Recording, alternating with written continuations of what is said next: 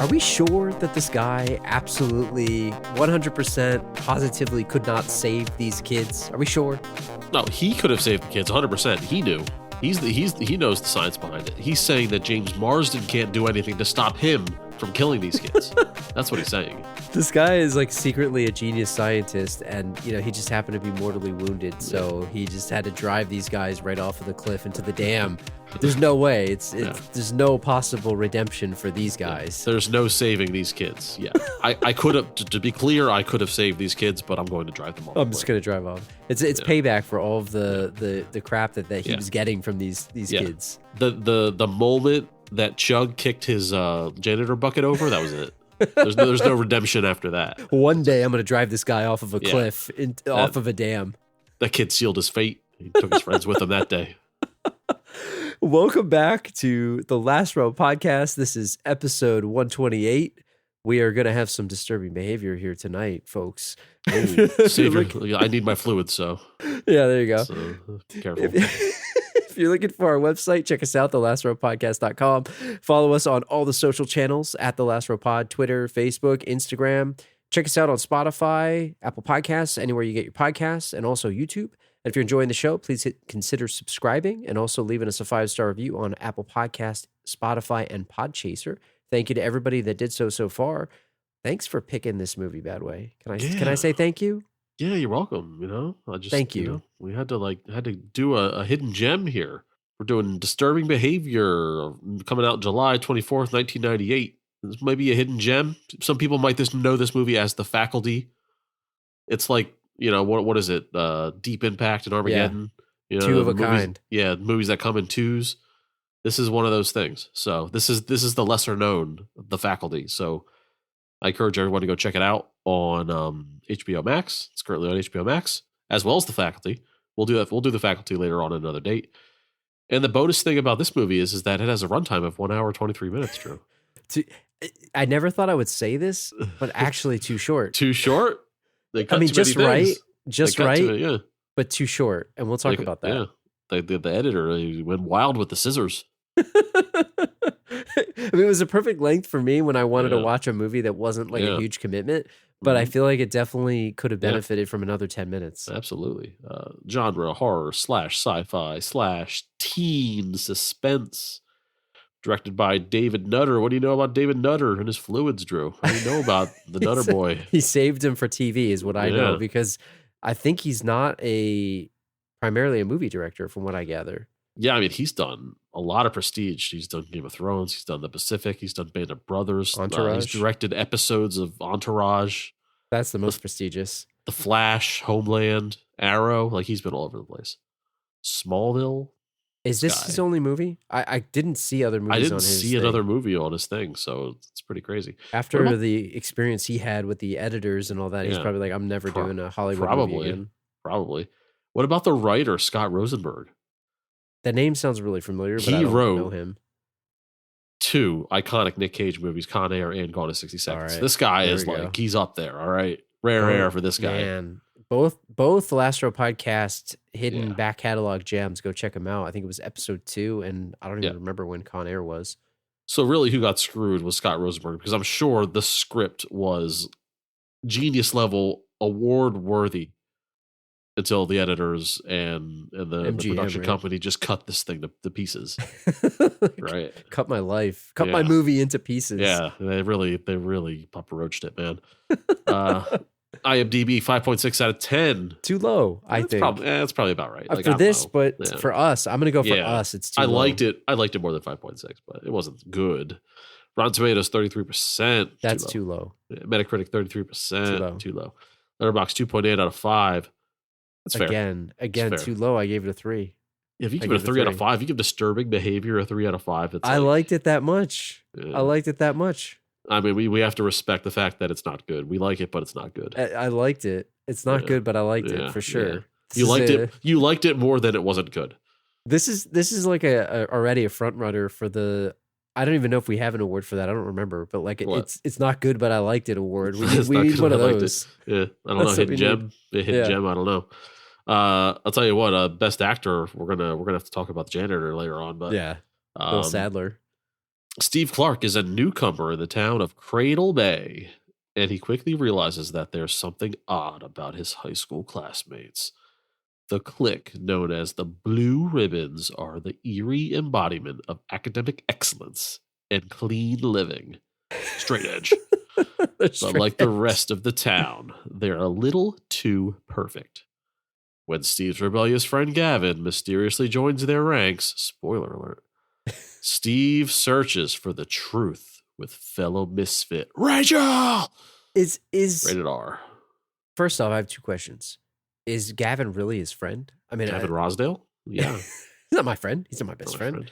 I don't know. I think Gavin is like Marty Funkhauser here in this situation. He's not my best friend. Like I don't think he cares too hard that he lost Gavin. You know, it's just the fact that once they lost Gavin, they realized that all right, this guy is not a blue ribbon, and now he is. Something crazy is going on here. And I'll say this: I knew nothing going into this movie, and you said it earlier, like, oh, everybody knew about the faculty. Do you want to know why nobody knew about this movie? Yeah, what's that? Have you seen the movie cover for this thing? Yeah. Have you seen it? It's pretty bad, right? Like, we need to post this because, like, you know how, I mean, you were a man of the rental store. You used to work at Blockbuster. Sure. I remember walking through the aisles with you, and I got duped many times by a crappy movie with a great cover. Yeah. Like the cover, I mean, it's like a beer, right? A craft beer. You need to entice people. You don't know what it tastes like until you taste it. Yeah. You don't know what this movie is until you see it. You need the best cover. People judge books by covers all the time. Yeah. And no joke, like when I saw the cover of this, I'm like, this movie looks like a piece of crap. I'm never watching this. It looks like a low rent, low budget piece of crap. It's like a blurry, like what do they call it? Like washed out pictures of the three main actors, Marsden, Holmes, and Stahl, and like you can't even recognize them. And Marsden looks like the freaking puppet from Team America. You know what it looked like? It looked like somebody got a picture off of like Tiger Beat magazine or Teen Beat magazine and played around in Photoshop to like make their own thing to print out for like sexy actors from 1998. Yeah. And like they put on like a blur and they went in Photoshop and like were messing around in 1998. That's what it looks like. Not like a studio that had whatever, a $15 million budget. Like they had some intern messing around with Photoshop. Freaking MGM. They don't want to pony up. Have you seen a worse cover in your life? I don't think I have. I don't know. It's pretty bad. There's a lot of bad covers, but this one's up there for sure. And if it wasn't for you, I wouldn't have watched this. Yeah. If you're scanning through HBO Max and like and if the cover is like 25% of your decision making right away to even look at the synopsis, then you're skipping right by this movie. I would because I had like I was looking at the faculty. You said, "Hey, should we watch the faculty for this?" And I'm kind of like, this. I don't know about this. Are you sure about this movie? Like, you sure about that? I pulled the trust me on you. You said, and I trusted you, and you know what? That's how they got another one of the 14,000 votes for 3 out of 5 here. Boost that score on Letterboxd. Yeah, So boost those numbers. Yeah, let's hit up the taglines. Let's see if these are good. First one: perfection is every teenage student's co-pilot. No, not even close. No. It doesn't matter if you're not perfect. You will be. I like it. I like that one. I like that one. Yep. That's a good one. Yep. You'll never be the same. Yeah, too generic. In Cradle Bay, there's nothing more frightening than perfection. I'll take it. I like the other one better. The second but that one one's is not so bad. good. Yeah. It's like they're gonna threaten me to be perfect. Like you will be. I like that. Yeah. All right. So $15 million budget. This thing was a flop, Badway. It only made $17 million. Oh man. Like I couldn't believe that. It had Marsden, it had Katie Holmes, it had Ethan Embry, one scene of him. All of those people you just named, this is like their first movie, basically, give or take. Fair enough. So yeah, I can see, and if the movie poster was the cover, then people weren't going to see it. Like you said, like what is this piece of crap? It doesn't have Devon Sawa. It doesn't have Elijah Wood, like its counterpart. The usual suspects. Let me ask you this. Yeah. Do you think this is a better movie than The Faculty? No. You don't? Only because I think The Faculty has a tighter story. Okay. The Faculty might be more ridiculous, and it's more of a monster movie than just a teens acting weird movie. But Yeah, it's better. It has more well established actors. The story is tighter. Yeah, it's better. I thought But this thing was interesting. Yeah. yeah, I totally enjoyed this movie. This movie's, even with its flaws and its cuts and rewrites and it's just missing backstory, it's still a fun movie. Totally fun movie. This movie is like, make the fastest movie possible, and it's like A to B, start and finish. Like that's why they couldn't redeem the kids. They have to end the movie. Like there's no way. Yeah. We don't have time for that. We Yep. gotta cut this thing. It has to be, and how much, well, there's like 4 minutes of opening credits, Yeah. and then at least 4 minutes of ending credits. Yeah, And so what was the really- runtime on this? 83 minutes. Like, what is that? So it's really more like Yeah. 70 minutes, right? Like, Yeah. This is So- not a full length feature, I'll tell you that much. so it did actually win an award, and it was Ooh. nominated for 2, or nominated for 3 and won 1. It was nominated for the Saturn Awards, and it was Best Performance by a Younger Actress or Actor, Katie Holmes. She was nominated. Yeah. She did not win. And then Fangoria Chainsaw Awards in 99, Best Score, Mark Snow, did not win that. But what it did win, and this is what I wanted to talk to you about, was Katie Holmes won Best Breakthrough Female Performance here at MTV Movie Awards for 99. Sure. And the interesting thing is who she went up against. So the other people in this category was Rachel Lee Cook. She's All That, another last row episode that we did back in the day. Brandy Norwood. I still know what you did last summer. Kate Blanchett, Elizabeth, and then The Mask of Zorro, Catherine Zeta-Jones. Like, was that Yes. Catherine Zeta-Jones' first movie? Probably. It could have been. I don't know. I don't recall her earlier work. I have no concept of time here. Yeah. Like, I can't put these together, but isn't it just weird? Like, Elizabeth, she's all Yeah. that. Like for MTV to throw Elizabeth in there acting like they have like culture and and all that. Plus, like Katie Holmes was MTV, right? In 1998. Yeah, that's true. I mean, what was this? You said Dawson's Creek was starting in Yeah. 98. So this Yeah. was simultaneously. Like she was fine in it. She wasn't great. She wasn't bad. She was just kind of there, wasn't she? She played a brooding teen pretty well, Yeah. I feel. Smoking, brooding teen, driving a beat up pickup truck. Who was better, her or James Marsden?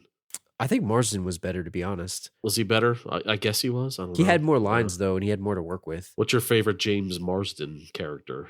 Cyclops, maybe? Is it Westworld where he plays the dumbest cowboy of all Yeah. time?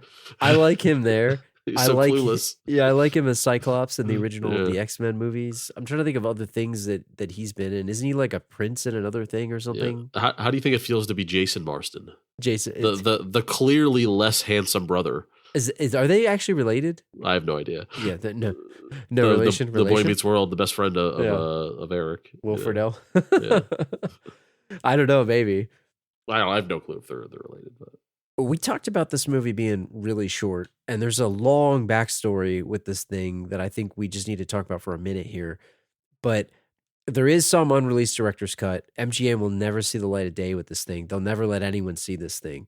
But I thought, and I found this on IMDb, and I don't know if you knew this beforehand. I had never seen this movie until we watched it for this show. But did you know about some of the backstory here and why No. it was so short? not until tonight. I had no idea. It was interesting, right? So originally when they showed this to the studio, like they all loved it. They loved this thing in the first cut. And it was significantly longer. It was like 115 minutes, I believe. A standard movie. Right, like a standard movie. Yeah. And then they did some screening with a test audience, and ultimately there were some complaints that were brought up during that, which was something to do with like a love scene between Steve and Rachel's character, the original ending where Nick Stahl's character actually dies, and they made the director recut the film, and they made him go down to 95 minutes. Mm. And he wasn't happy about that. And then they made him do more stuff where they made him cut it again. And then they made them put in the ending where Nick Stahl was still the school teacher and under control of the Blue Ribbon program. And they cut even more. They cut flashbacks. They cut stuff like they cut everything. They cut the Man. story basically. Yeah. Like, what is the point? Yeah. And it makes sense that the movie just seems like a collection of scenes It is. with zero backstory other than my brother's dead. And it's Dad, you weird. moved us and you won't talk about it. Like that's Exactly. really the only backstory we have. Motivations of characters. The weirdest thing to me too is like they mentioned that a lot of the Steve flashbacks were cut. They had a bunch more exposition and all types of plots. And they said that MGM made them do this so that they would be more interesting to the target audience, which was young teenagers. Would any of that stuff turn off a young teenager? A story? Like, No. I don't understand it. If they wanted to have young teenagers be more interested in this movie, why did they keep it rated R? And why did they keep the nudity and all that? Yeah. They could have just chopped the nudity scene, PG-13. bump it down to PG-13. I mean, that's movie making 101 right there. I thought the funniest part of this whole story is they said that Nutter wanted to take his name off of the film because of all the studio interference. Like, I love when directors do that. I love when directors want to remove their name. Yeah. It's ridiculous, right? And then he changed his mind, right? But then they had another test screening, and it was only shown to, you know, a lesser group here, a lesser audience. And after the screening, they were saying that nobody walked out. Like, that's a success, right? Oh, but nobody walked out. Yeah. And then he said, who had time to walk out? Which I thought was like the funniest thing. Like, it's too short. Like, it was hilarious to me. It's only 72 minutes long this time. And that's where you get the runtime there. But long story short, the thing was never released. I've seen some stuff where he showed a cut of this to, I think it was one of the horror blogs or something. There's a bunch of deleted scenes on the DVD. I don't have that. I don't know. But there's a bunch of other things that probably would have helped build out the story a bit more and add more to the characters. It seems very empty. I mean, I like this movie anyway, but... Yeah. But at the end of the day, what are we talking about here? We're talking about the director's cut of disturbing behavior. What if it's the best movie ever? Would it have changed the history of cinema had the Nutter cut been released to the public? You wonder if it would have been on par with The Faculty then. Maybe you would have said it's better than The Faculty. If people might know what this movie is, maybe. Yeah. Instead of being the little brother of The Faculty. You could have had a scene of Gavin taking Steve to the morgue to see Mary Jo, right? Yeah, she got killed, but you never saw it. You could have had Ethan Embry in this. Yeah. Nick Papagiorgio himself. Yeah. Flashback scene, Nick Papagiorgio, yeah. It's crazy. So let's dive into the movie. Let's talk a little bit about Steven, and move into a new town. So I want you to imagine yourself, Badway. You're a young Steven. Let's go back into time. A 36-year-old person joining high school back. 36-year-old man going to high school. Yeah. It's however old James Marsden was in this thing. Put yourself in Steven's shoes and move yourself to Cradle Bay, Washington. All the way from Chicago. What a town. What do you think of this town? What do you like about it? What don't you like about it? It's a nice town. It reminded me a little bit of, when we did Lost Boys, right? Yep. It's like a nice town to move to, it seems, right? Yep. I don't know what part of Chicago he's from. Is it inner city? Is it suburbs? Who knows? But Cradle Bay, Washington's the type of place that I'd like to live, to be honest. It was really nice. I liked it a lot. The air is crisp. Being the new kid in school, right? I want to focus on him sitting down at the cafeteria by himself. And it's like, who's going to talk to the new kid, right? Yeah. It's like, who's going to reach out? What energy are you putting out there? Right. It's like, obviously the Blue Ribbons are going to be sitting by themselves. We don't know anything about them yet. And then in comes Nick Stahl and his buddy UV. Stoners, burnouts of the school. And they give him the whole spiel. All right, those are the skaters over there. Those are the nerds. Those are the Blue Ribbons. Those are the jocks, right? My question to you is like, if the two kids that sit down and try to be your friend are like, are you like required to be their friend? I think. What if they suck? Yeah, I mean, dare I say, what if they're losers? Oh, you didn't use the L word. You did not just do that.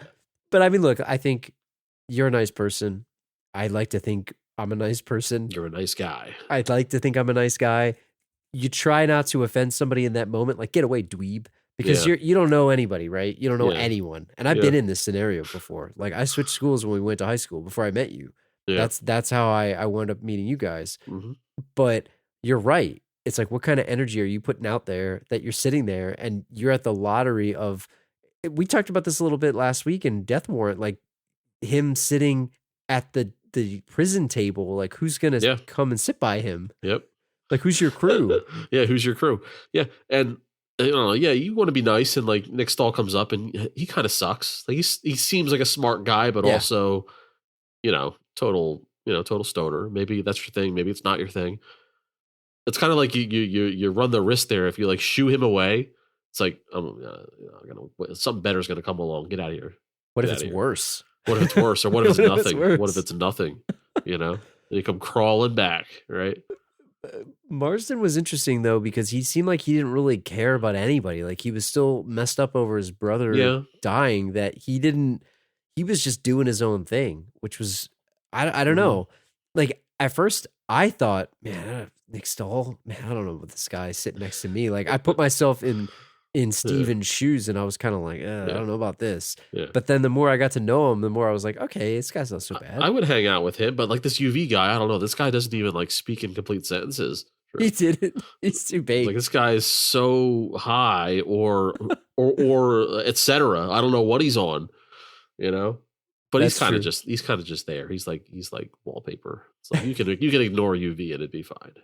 I thought he was a good side character. He seems like a sweet boy. He seems like a sweet boy. He's harmless. He's harmless. He added a little bit to the movie for me that I liked because I thought he was funny. And I guess Katie Holmes is part of that crew too, but she didn't really say much. She didn't really do much, but you could tell that Marsden had instant crush on her. But who wouldn't? It's Katie Holmes, right? It's funny because like I feel like that was a big part of the 90s was the I don't care, the indifferent crew. Yep. Where it's like you don't even care enough to be passionate about something like skating, right?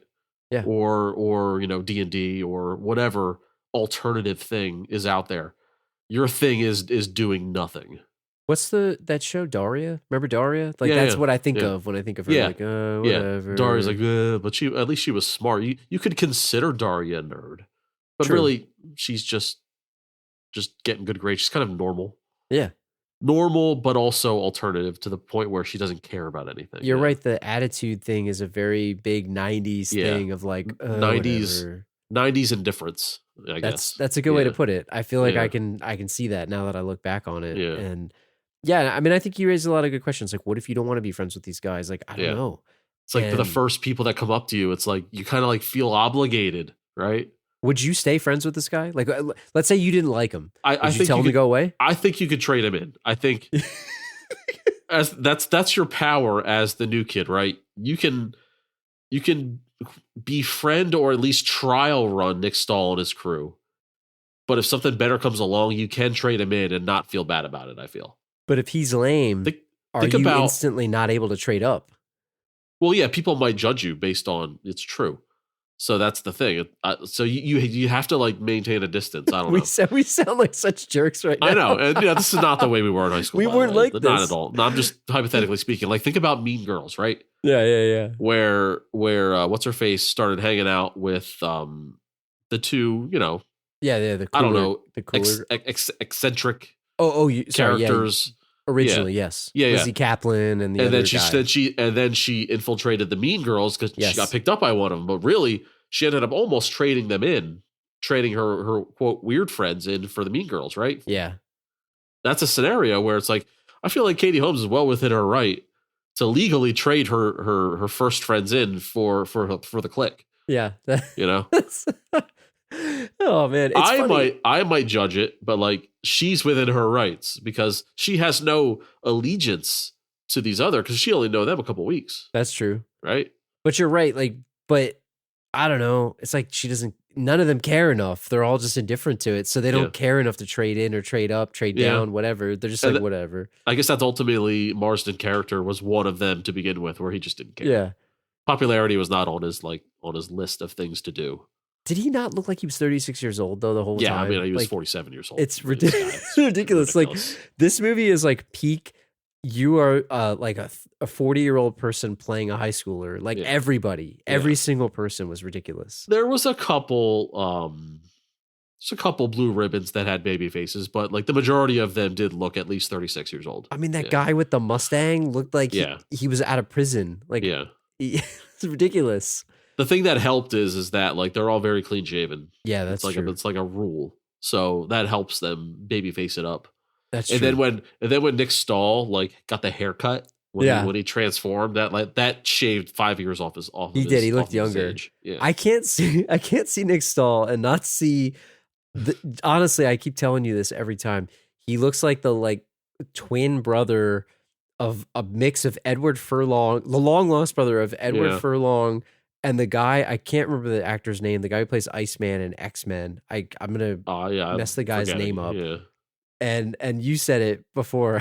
Their dad's Dennis Leary. Yeah, their dad or their uncle is Dennis Leary. Yeah. But like Nick Stahl, Edward Furlong, and Giovanni Ribisi can't play clean cut. It just doesn't work. They gotta be a little grimy. They gotta play dirtbags. Yeah. Slick back hair. You can't have it. Nick Stahl was perfect. Yeah. I really liked him in this. And honestly, underrated in T3. He played a good turn though. I think he played a good preppy turn though. He did his best. I think he's underrated, man. He's the best actor in this movie. Like he did the best job. He was great. Yeah. I really liked him. What about Steve's family? So we mentioned in the beginning about how half this movie was cut. There was this one flashback with Ethan Embry. I'm like, I assumed, again, I had not seen anything about this movie, didn't know it existed outside of the crappy cover. That's it. Yeah. Never saw a trailer that I can remember. Never saw anything. So when they showed a flashback and I saw Ethan Embry there, I'm like, oh, like he's in this movie. And then that was the last that I saw. Or is he? He wasn't in it at all. Yeah. That's it. Like, what did you think of the whole motivation of Steve being, I don't know, depressed? He had a lot of issues because of his brother and whatever happened with him. Like, do you wish more of that was in the movie? Typically, if you tell a good story, you don't have to go flashbacks are kind of a crutch in a movie, but you can, for a movie like this, it's allowable, and in this case, kind of necessary because it's not fully blown in the story. It would have been nice to see a little bit of playback and banter between his brother and him, or at least the dynamic in the household with the parents, because we don't get anything from the parents as far as their feelings. Obviously, that they miss their son, but like the dynamics of what happened after the suicide, and are they not talking about it? It's really something that we just kind of piece together for ourselves, and there's no clues in the movie to help us along. Did you think it was odd that it was like Ethan Embry? Like, it's just weird to me that it's to you because of who he is now. When this came out, it was maybe less than a year removed from Nick Papagiorgio and Vegas Vacation, and I think Can't Hardly Wait came out the same day. Yeah, Empire Records too. The same year, I should say. Empire Records was right around this time too, so people didn't really know this guy yet. He's a very familiar face now. Okay, fair enough. Yeah. I just thought it was odd, he was wasted in this, unfortunately. I just think that it's just circumstance if they used him as the young actor, and that now you know him as other things. What did you think of his dad and like the way his dad was handling the death of the son? And we just didn't get enough of it, I feel. No, it seemed like he just didn't want to talk about it. And it just made Marsden's character seem, I don't know, pent up or kind of like on edge. Kind of wanted to talk about it, but he had nobody to talk to because the parents weren't having it. Right? And I was thinking about this too. Like, I didn't think that he was really out of line for his behavior because it seemed like his brother was close with him. And it wasn't a situation where he was acting out at home. Like, he just wanted to talk about it. It wasn't like he was actually getting into trouble. What did he really do that was so bad? He didn't do anything. It didn't seem like it to me, right? I mean, no. And I wonder, because this is maybe a way to talk about this Blue Ribbons crew, but the parents moved them here. Was there some advertisement somewhere that said hey, move to Cradle Bay, the home of the Blue Ribbons, where we're going to get your kids in line? Like, what? Yeah. Why did they pick Cradle Bay from Chicago? And is there some academic success story that Dr. Caldecott is sharing out there where it's oh, this town was everybody's so great at school. Everybody's this. I mean, clearly there wasn't, because they had the stoners, the skaters, and all that stuff. It was a small group. Yeah, it seemed like a small group of kids that, quote, showed potential. Right? Yeah. And maybe, Marston's character didn't seem like a troublemaker on the surface, but maybe the parents, and this is all speculation because obviously the movie doesn't tell you any of this because it's only 4 minutes long. It's in the Nutter Cut. Yeah. Maybe the parents were worried that he was going to end up like his brother, because the one thing he said about his brother that did make it in the movie was he could have had the world, he could have done it all, and then like he shockingly took his life. Maybe the parents are concerned that the brother would follow the similar path. So maybe they heard of this blue ribbons thing. Maybe we can get our kid in there and it will secure his future. It's fair. Yeah, I mean, we'll never know, I guess. They didn't really say, and I wish that they had something there. Like, why did they move sense. It makes a little bit of sense. What do you think about the blue ribbons? So describe for the listeners who haven't seen this, like, who are the blue ribbons? The blue ribbons, Drew. What was the name of the next Karate Kid group? The Alpha Elite. The Alpha Elite. Think of the Alpha Elite, but brainwashed. And preppy. Yeah. Varsity Alpha Elite. So they're all wearing nice cut jeans or khakis, Letterman's jacket, hair parted to the side, girls perfectly manicured, all very polite, nice to the community, straight A students, lettered varsity, fundraisers, all that good stuff. But one side effect is that if they get a little, horny, a little frisky, pop a boner, they might kill it. They might kill a person. It is a person or two because the wires get crossed to the brain. Yeah. So yeah, they're model students, but they're a little bit snobby to people who aren't blue ribbons because there's an aura of I'm better than you, and B, they are like secret murder machines. Yeah. That are just waiting to get triggered. And the person that's running the whole thing is just kind of hoping that doesn't pop up very often. I had wanted to ask this later, but I was to ask it now. But like, you know, when you like create a creation and it's always got some flaw, is the flaw like, damn it, I don't know how to figure out how to not have them murder when they get horny. But like, the rest is so good. He's got to figure that out. He's going to crack the code. Yeah. Like, what is that? It's the one flaw. Like, if I could only just find out how to not get them to murder people. I mean, well, they're going to murder people because we're going to put them out there. But damn it, if we can only just get them to stop murdering people. It's like, especially teenagers, right? So that's the most ironic part. It's like horny teenagers are going to murder. Is there some kind of like allegory to like sex is bad kind of thing in this whole movie too? You know, maybe that's something that's maybe would be more represented in a 2-hour movie. Yeah, you know, it could be a whole thing because having the sexual thoughts equal lashing out in violence against the person you had the thoughts about. That's kind of like anti-sex. Yeah. I didn't think about that. That's actually really, really good point. I've been around the block, Joe. I know these movies. So let me ask you this: we're professionals. The one thing that I thought was interesting, and the question, I'll say the question first, and I want to say why I'm asking this. I want to ask you, like, do you think they're all that bad? And the reason why I'm saying this is you position them when you first describe them to people as this good for the community group, like academically advanced and all this stuff, right? Very focused and whatnot. But that one scene that they had where I forgot the kid's name, the one preppy guy got into a fight with the Mustang owner. Yeah. The one guy. Yeah. And they were sort of antagonizing him in class. But that was sort of like they introduced them as these like really nice kids and all this stuff. And then they show that. And they did that on purpose. And I thought like, oh man, these guys are jerks. So are they actually nice? Or no, they're not. They are snobbish towards non-blue ribbons. Yeah. And that's a thing. And I think that was brought up in one of the parent meetings in the movie. Where like they have these after school parent meetings where they talk about the blue ribbons and all this. And it's like, oh, little Jimmy, he's great, but he seems to be a little different. Now he seems to, he seems to put down other kids, and the principal blew it off like, yeah. Like people that breed success, they tend to, I don't know the words he used, like to, I don't know, feel sorry for them or belittle them or think of them as lesser than, And I think that's kind of like a thing where the blue ribbons, they stick together and they think of anyone who isn't a blue ribbon as a lesser than because they're not maximizing their full potential. So when the kid waltzes into class 5 minutes late, he thinks of him as wasting talent. That's fair. Yeah. And also it's an easy way to set up that, okay, when these two become friends and blue ribbons together, when the Mustang kid becomes a blue ribbon, it's like, oh wow, what is this? What's going on? They just fought yesterday. Yeah. It's like a shocking turn of events kind of thing. It's a way to introduce that the change can happen in a day's time. Could you fit in with the blue ribbons? Would you do this? Would you get initiated into the group? Minus the brainwashing and eye chipping. I mean, honestly, if I'm going to be really self introspective about myself, I would be an ideal candidate for the Blue Ribbons because I think my family would agree with this.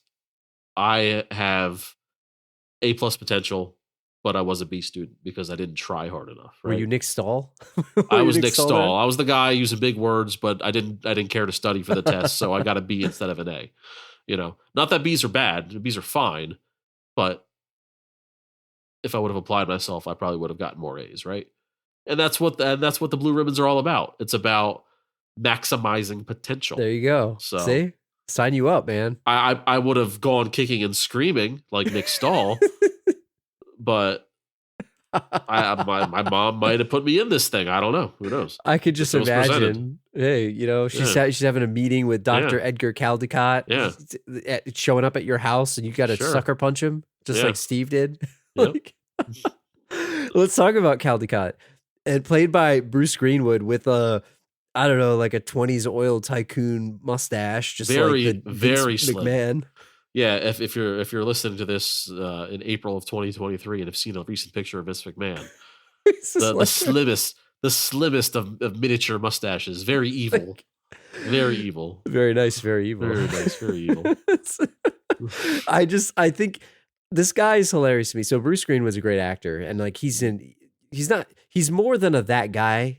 Yeah, because he's a great actor and he's in a bunch of stuff. But I always recognize him as he's in everything. Yeah, and I want to talk about this because, again, I'm not trying to overuse or underuse the villain scale. We won't really go into it with him because, I don't know, it doesn't really warrant it. But what is this guy's ultimate goal? Is he trying to control people, or is he actually trying to make the community better? Or is it a side effect of the control? I don't think it's a power thing. I think he's trying to do good. It's kind of like what Ed Harris's character in what you call it? Geostorm? In Geostorm, where it's like you realize this guy's a psychopath, but really he's trying to make the world a better place. Like he's trying to justify it to himself, and like you can kind of talk yourself into it.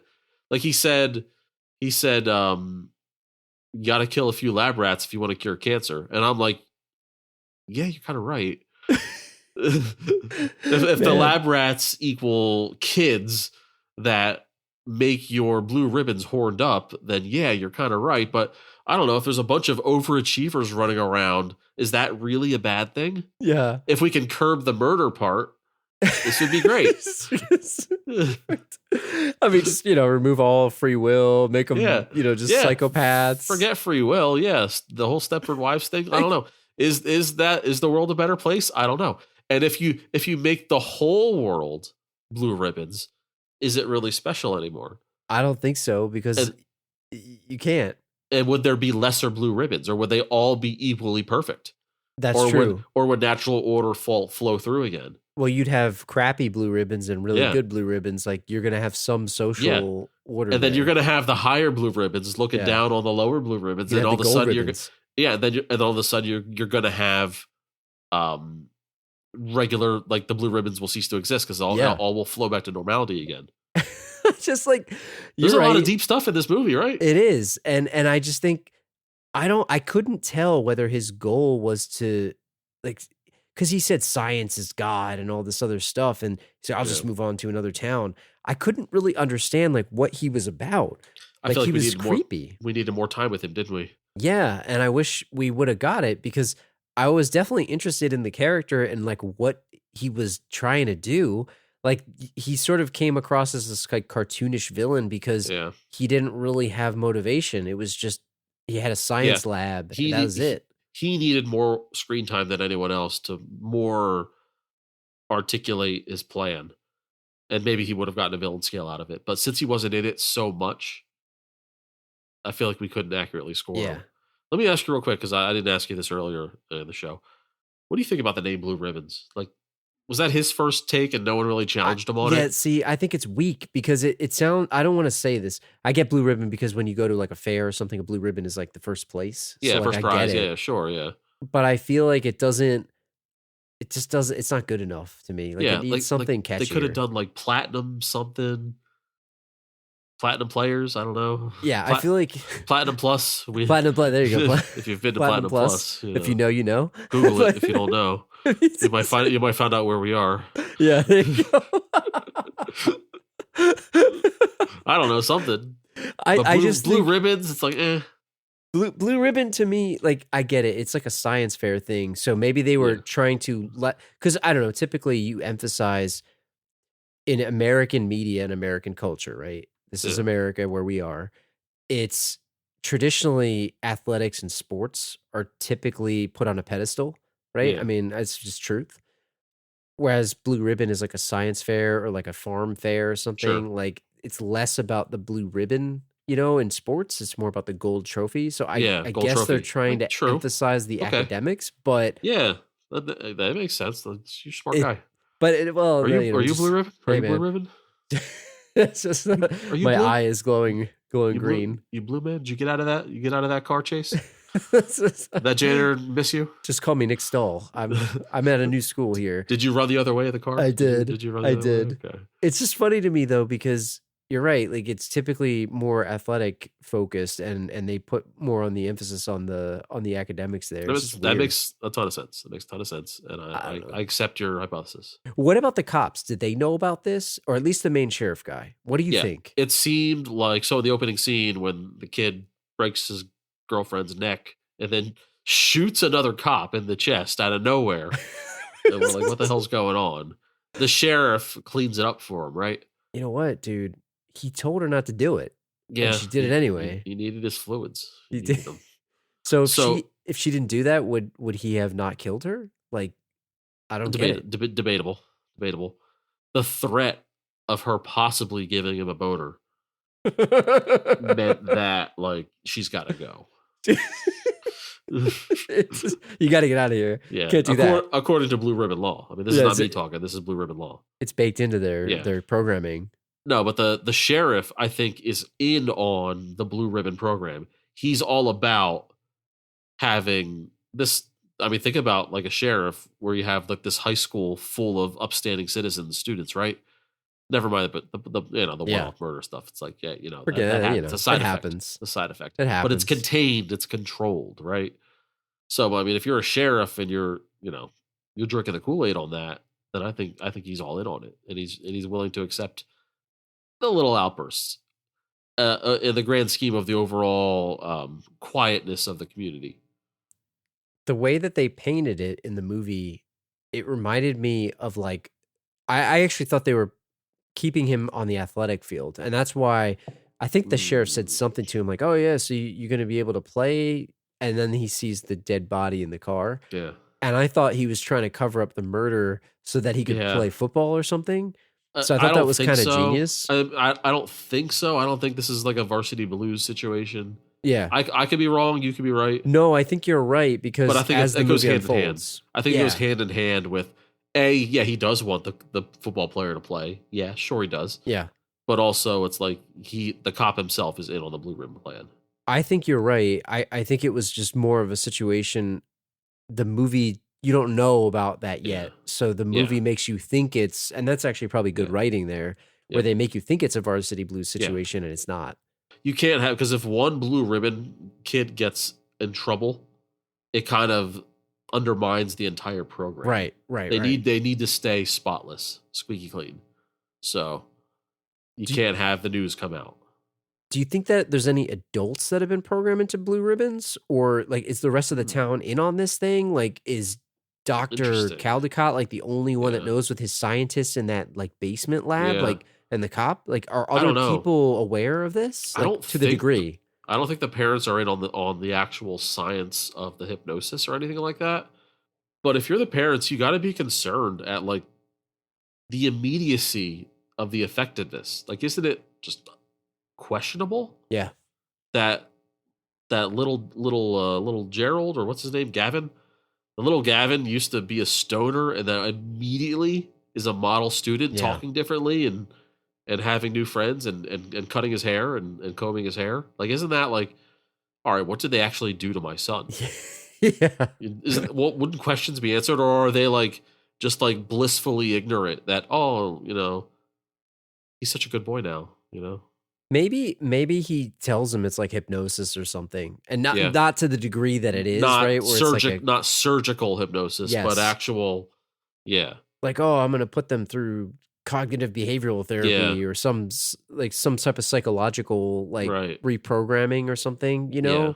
where maybe he said, because he is a doctor and he's like, oh, I've got the best methods. Like, for all we know, he wrote a book that we just never even saw. It's like, oh, how to Yeah. make your teenagers shape up. Right. Come to whatever the heck this place is called, Cradle Bay, and Yeah.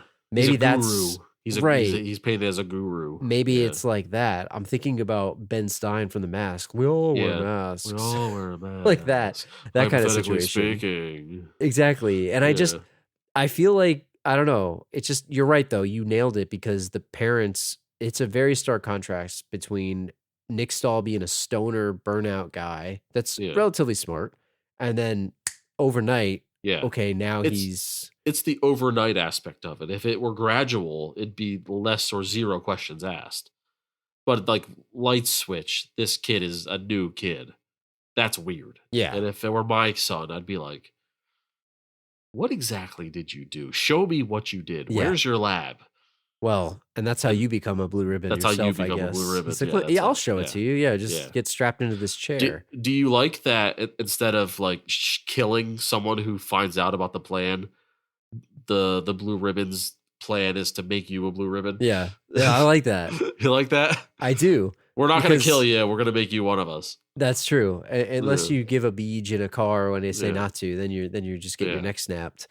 What about the janitor? Because I want to talk about the criteria. Like, is there like a cream of the crop? Like you mentioned earlier, you have to have potential.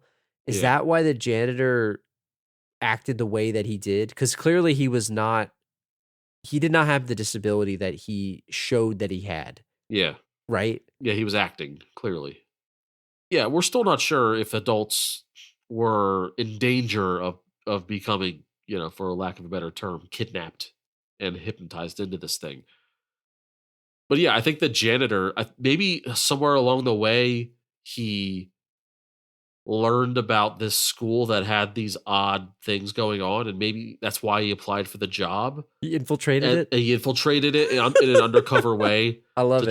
To try to like figure out what the heck's going on here. He might be some kind of scientist. You know what I mean? Other than that, like I don't know why this guy's the janitor of this school, because he's clearly a genius. Like, playing markedly not a genius, right?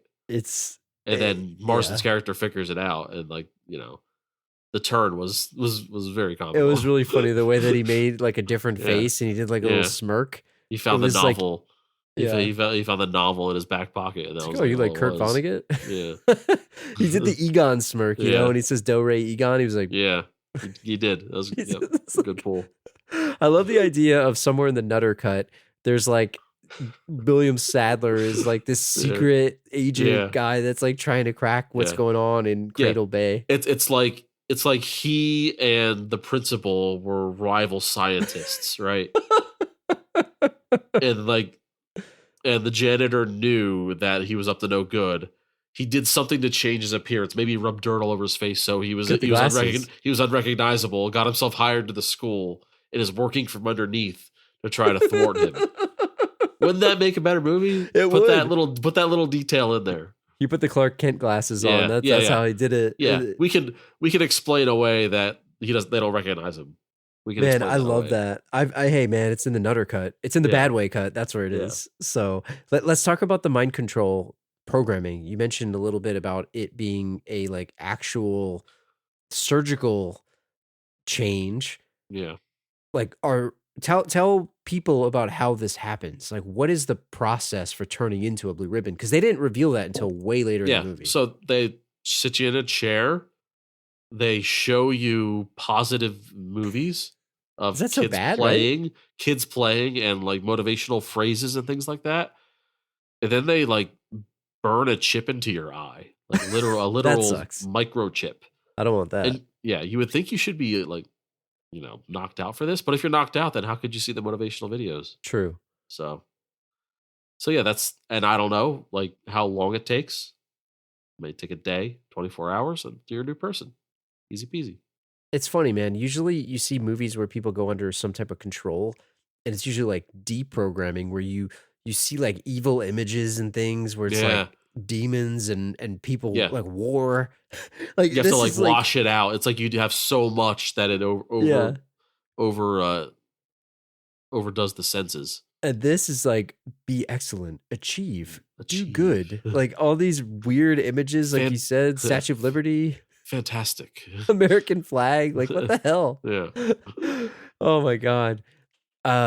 We need to talk a little bit about just like a bunch of random crap in this movie, man. Yeah. There's a lot of funny things that don't really have a place. So let's shove them in here. Let's talk about some of these here. And we made a list and we can talk about the second. We'll talk about the ending in a second. But the first one that I wanted to talk to you about was like, and I hate to do this. I was saying, remember this, but remember the psychiatric facility? Like, what the hell was the point of that? How could I forget? For a movie that's 83 minutes, minus credits, minus end credits, we didn't have time for this, Drew. We didn't have time for the psych ward scene. That was like 10 minutes long that served no purpose. The only purpose it was so they could find out that Dr. What's his name? So they could sucker punch the principal's daughter. It was ridiculous. Like, she was talking too much, so Katie Holmes just sucker punches her. And it's like, first off, it's a kid. And it made no sense. And then, well, she was a teenager. It's not like she was 20. But still, like, just punch. How many people were sucker punched in this movie? Yeah, a lot of sucker puncher going on. Dr. Caldecott got punched twice. Imagine you're the parents. The doctor is in your home. The doctor / was he the principal or no? Was he just a doctor? He was like the principal and doctor. I'm calling him the principal. I don't know if he was or not. But anyways, he's in your house. And you as the parents have zero idea that there's any foul business going on. And your son just punches the principal in the face. Hey, man, what's your reaction? He needs the blue ribbons. That he's got to get his shape up. Now this kid's got to get the blue ribbons. So like the whole 10-minute, sneak scene to get into the psychiatric facility, and the only payoff is when Marston and the doctor have a fist fight on a cliff at the end of the movie. Marston reveals that he knows that his daughter is in a psych ward, and then the doctor's like, "Yes, so what? Who cares?" She was weak anyway. None of it mattered. Like, you're right. We just wasted 10 minutes. Let's cut all the character development and let's leave this because they wanted a jump scare. Do you know how hard it is to waste 10 minutes of an 83-minute movie?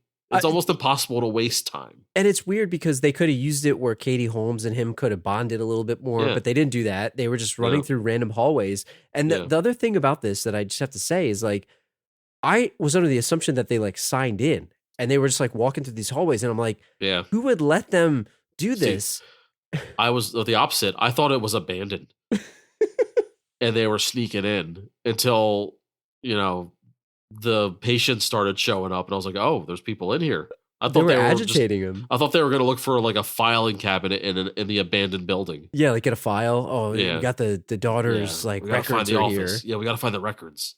It was ridiculous to me. And they just like snuck around in this place and then they got found out. But like, I was like, this makes no sense. So I don't know. I mean, I talk about this for another 10 minutes, but can you imagine the round table of writers where it's like, all right, we got the psych ward scene. How many of these crazy people, like, can you think of a way to make a person look crazy? Like, oh, we're going to have this guy brush his teeth and we're going to have this guy bang his head on the wall. It's like, do you imagine like the insensitive crap that was said in that round table during that writers meeting to like so find bad. the different psych ward characters? It was really bad. It was like Arkham Asylum is the way they did it, like Batman. Yep.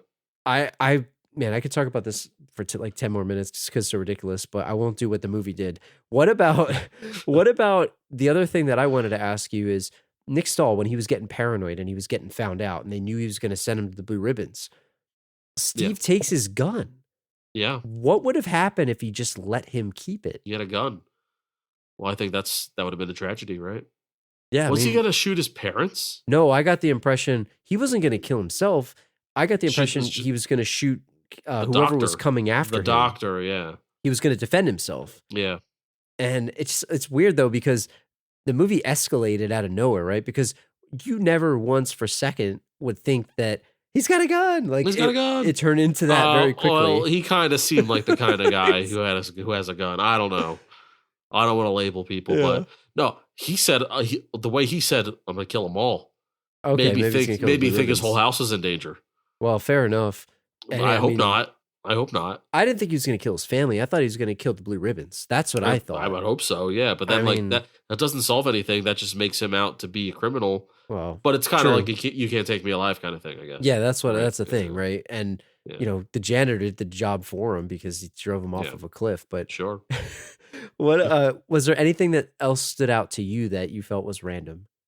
I thought, the kid that had the cool Mustang that got turned real early in the movie. And then after he got turned, like they had him like smash his own Mustang. It was like Street Fighter 2. Yeah. And I was like, first of all, again, we've talked about this before. I would love to smash a car up. That seems so cool, right? Even a piece of crap car, right? Yeah. Wouldn't you want to take a sledgehammer to a car? I think they have like charity things where you can do that. Yeah. I'm sure it exists if I really searched it out. But like he could have been a Blue Ribbon and also had the Mustang. But the Mustang, they could have just like painted it blue or something, right? That's true. The red Mustang didn't fit in with the blue ribbons, but they could have done a paint job, right? That was a sweet car. Yeah, like they could have had both. Why did they make him get rid of that car? I'm pretty sure they were all driving around in like a used Buick or something after that instead. Like nothing wrong with that, but maybe their MO is to not be flashy. I don't know. That's true. Yeah. But that car was awesome, and that guy took nice care of it. And sure, at first I thought I didn't put two and two of like who he was because he looked so different, just like Nick Stahl. And I'm like, whoa, are they mashing this guy's car up? They're bashing the guy's car. Like I thought they killed him because I hadn't seen this yet. So I was like, are they like taking like a trophy of this guy? Like they took him out and now they're busting up his car. That really, really got me. And then I realized, oh yeah, it's actually him. Yeah, they handed him the sledgehammer. And it's the rite of passage, I guess. Yeah. So now prove to us that you're one of us. Yeah. Break your car. There's another thing. It's like we didn't know where else to put this, but like Katie Holmes, like she did a good job, but she didn't really have much to do in this movie. She was kind of there. She was there. She's kind of there to be Gen X, right? Yes. And sure, I mean, I'm sure like anybody who's a teenager at this time is like, oh man, Katie Holmes. It was like she just started up on Dawson's Creek. She was there, and it was kind of like the Bizarro Joey, so to speak. So it was kind of cool to have that other side of Katie Holmes, like, oh man, edgy Katie Holmes. And she was kind of doing her catchphrase. She tried to make, was it razor? Razor. Yeah, she was trying to make razor work as a catchphrrise, which I didn't think it really worked that well. Was that a real word back then? I don't know if they made that up or if that was actually a thing in the 90s. I never heard of it. There was a lot of weird lingo that she had, but I don't know if it's just her and her crew. I don't remember that. That's how they talk up there. That's how they talk up there in Cradle Bay. Yeah, Cradle Bay. Yeah. I mean, I'll tell you what, man. Edgy Katie Holmes was doing it for me. I liked edgy Katie Nose Holmes. ring Katie Holmes, yeah. I liked that look on her. I thought she looked good. Yep. I don't know how else to kind of wrap this episode up without talking about the ending. We mentioned a bunch of parts, right? In the beginning, we mentioned the end. All throughout, we mentioned the end. But like the climax of this movie was so weird to me. Like the fact that it culminated into what it did. Yeah. Like the janitor revealing himself essentially as a genius that had this weird rat repellent thing that he had been working on. I love your idea of him being like a rival scientist to the other doctor, Bruce Greenwood. But I didn't really understand the thing that made these guys go nuts. Like he puts it in the back of his El Camino, I guess. Is that what he had? He had like an El Camino? I guess. And they were going nuts, but instead of running away from it, like they ran towards it, which seemed like counterintuitive. Like an out of control zombie horde. Yes. They were running towards the thing that was hurting them. When really, if he's speeding away one way, if they just ran in the opposite direction, eventually they wouldn't hear it anymore and they'd be fine. What if they got earplugs? Yeah, get earplugs, yeah. It's just, and I know we have to talk about it again. Because he got shot in the scene, and he knew his life was over, and we joked about it in the beginning. But like I gotta say, it really shocked me when like this doesn't happen in any movies where I just assume like, oh, they're gonna find a way to deprogram them. Yeah, these kids are gonna be okay. They're gonna be okay, right? And he kills them all of them. They're all dead. And it was the quickest decision of this man's life. Like, he didn't blink. He was like, yeah, you know what? They're like, oh, you gotta get them, right? He's like, no, we gotta kill them. There's nothing we can do for them. Yeah. And can you imagine the headlines the next morning? Mentally disabled janitor murders 20 blue ribbons. And he would have been like just a pariah, the scourge of the town, of America. He's the patsy, really. Right? Like it goes down for him. Yeah. These poor kids, these innocent kids. And they were innocent because they're all brainwashed, but he would have been made to be such the villain. But really, he kind of like saved the future. When's the last time you saw a movie that did this? They don't do that. They didn't have time, Drew. Yeah. There was not enough runtime to deprogram these kids, so we might as well kill them off. And do you think this was the first ending? I think so. It has to be, right? Do you think this was the first written ending? Was to like the plan all along was to kill the kids, not deprogram them? Or maybe it was like a reshoot because they needed to end it faster. Yeah. You know, they don't have time for exposition. I feel like if you can put a chip in an eyeball, you can take a chip out of an eyeball. Yeah. What if you just take the eyeball out? Then all the kids have one eye, but at least they're normal again. You can get them eye patch or a fake eye. Yeah. But this is why I think that this guy wanted to kill them. It was his payback for all of the torment that they've given him, like all the buckets that have been knocked over. When Chug kicking the bucket over and calling him hard R's, like that adds up. I mean, that guy alone should have. I'm glad when he died. Honestly, Chug, like he was Chug sexual assault. He needed to go.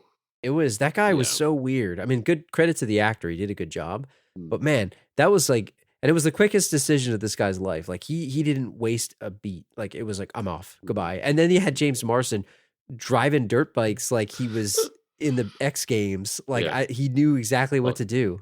If you're a teen in a movie in the 90s, you know how to drive a dirt bike. It's in your genes. The other thing, and we didn't even, before I forget, I want to say this.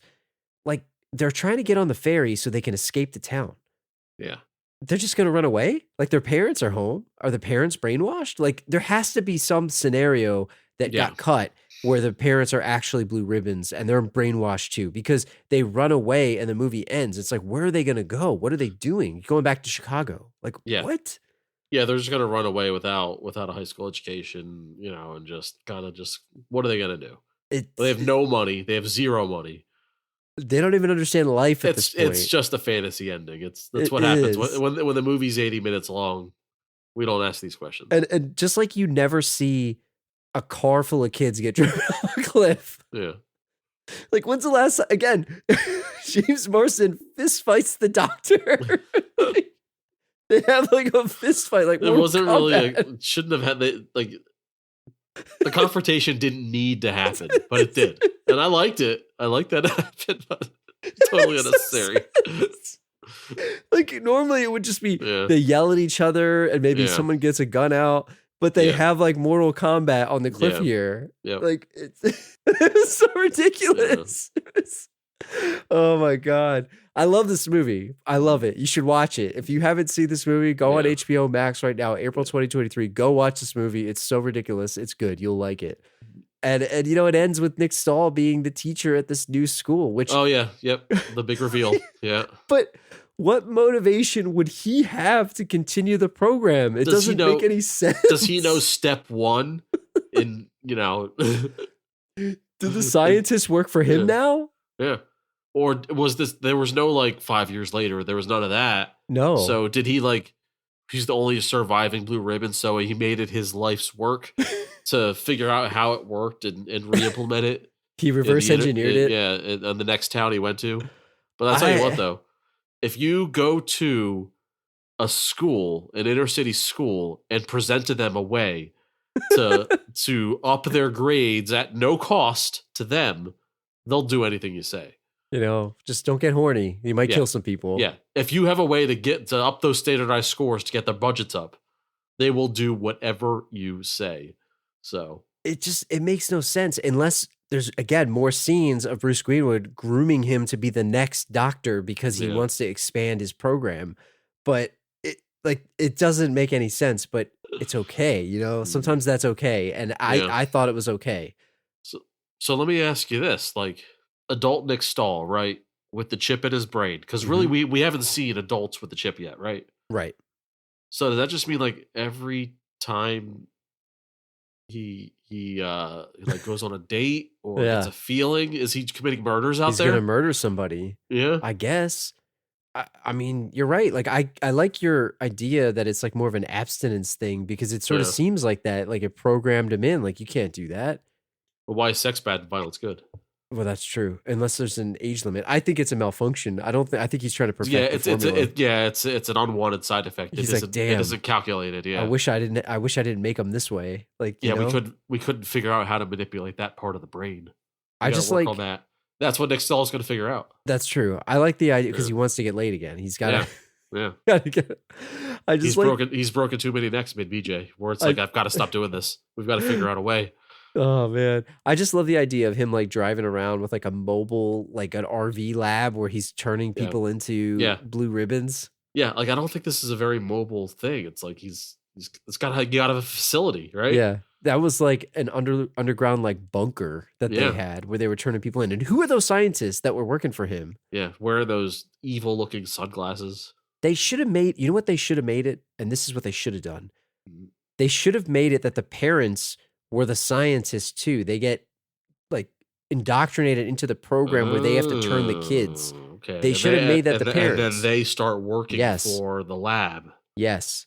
That's what they should have done because then it would have made sense why they had the PTA meetings and all that stuff. And then, hey, like get in on this. But they could be more honest then. Yeah, they could be more honest with what's actually going on. And then they would know why the kids flip. And also brainstorm how to stop the murders. Yeah. I like it. I want to ask you one thing before we get out of here. And it's, Hollywood doesn't really have a lot of original ideas these days, it seems, right? Some would say. Some would say. Maybe we would say. Maybe we would say it. Is this movie ripe for a remake? And why hasn't it happened yet? No, we don't need a remake of this. But they're remaking everything. But really, it's I guess it's any movie. We haven't seen a movie like this in a long time, and maybe it's just they don't make them like they used to or whatever, but where are the teen movies where there's something wrong in the school, right? I guess it's on MTV, maybe. Like, do they just not have this anymore? I don't know. Like maybe they're around and they're just not in our wheelhouse, so we don't even know they exist. But like, I haven't seen a major movie release lately where it's like teen thriller. There's something wrong in the school. We got to figure it out. Like this movie doesn't exist. This genre doesn't exist anymore. This genre probably peaked in the late 90s, early 2000s. Like it really was. And I like these kind of movies. Like I'm actually looking forward to watching The Faculty. So if we can watch that at some point, I would like that. And there's other movies like this, right? Wasn't like Idle Hands another one that was like those type of movies? Yeah, I mean it's high school. The movie isn't centered around the high school itself, but he's a high school student. Yeah, but yeah, I think this is like it's borderline horror, but not really. It's the kind of thing that they made in the late 90s and early 2000s that I think these types of movies I'd like to do more of. It's sort of its own genre because when I looked it up, when you said, "Oh, I want to do a horror movie or whatever," I looked it up. I'm like, "Is this like?" I thought, "Okay, where's the horror in this?" But it was more like a thriller. Yeah, like it's a thriller. It's not a horror movie. Yeah. Sci-fi, but like it was billed as a horror movie, which I don't. When I think horror, I think of like Texas Chainsaw or something like that. Yeah. But I like this, and I thought it was fun. Or at least some supernatural aspect to it. Right. Like, Faculty is more horror because it's aliens. So right, it's right. Like it's a slightly different thing, but it's really the same movie. I guess that's why they put this sci-fi because it's got the science instead of the aliens. So, but I like this movie. I'm glad you picked it. And hey, I know it's a day late, but happy birthday. We're recording this a day after a couple days after your birthday here. Thank you very much. So glad you were able to pick this. I'm glad you introduced me to this movie. That movie box cover. I'd have never watched this piece of crap. Don't judge a book by its cover. Now you know. So, if you guys haven't seen this, go check it out. As of April 2023, it's on HBO Max. And if you're enjoying our show, hit subscribe, please. Send us an email, thelastropodcast@gmail.com. Leave a comment on this episode's page at thelastropodcast.com. Follow us on all the social channels, Twitter, Facebook, Instagram @thelastropod. Check us out on Spotify, Apple Podcasts. Please consider leaving us a 5-star review. And if you guys are enjoying this, let us know. We'll be back in 2 weeks on Thursday, April 27th. And until then, we'll see you guys then. What the hell is a shoppy anyway, Badway? A shoppy is like a shop with more like happier. I guess what is it? The ice cream shoppy? Yeah, like you can't have a sad shoppy. There's no you gotta sell ice cream. Yeah, it's got to be ice cream. Milkshakes. Sweets of something. I'm thinking Willy Wonka. We didn't even talk about the teen hangout.